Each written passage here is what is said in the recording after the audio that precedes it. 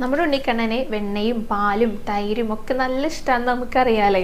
അത് ചിലപ്പോൾ യശോദാമ്മയുടെ അടുത്ത് നിന്ന് ചോദിച്ച് വാങ്ങിക്കും, അല്ലെങ്കിൽ ഗോപികമാരുടെ ഗൃഹത്തിൽ പോയിട്ട് മോഷ്ടിച്ചെടുക്കും.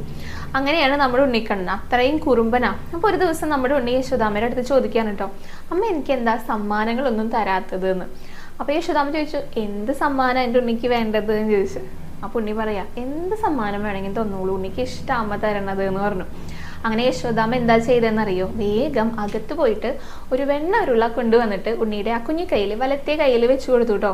അപ്പൊ ഉണ്ണി പറയണേ, അമ്മ ഇത് വലത്തെ കയ്യിൽ മാത്രമല്ലേ ഉള്ളൂ, ഇടത്തെ കയ്യിന് സങ്കടമായാലോ വെണ്ണ കിട്ടാത്തത് കൊണ്ട്, രാമേട്ടന് അമ്മ വെണ്ണ കൊടുത്തു കഴിഞ്ഞാൽ ഉണ്ണിക്ക് സങ്കടാവില്ലേ, അതേപോലെ ഇടത്തെ കയ്യിന് സങ്കടമായാലോ എന്ന് ചോദിച്ചു.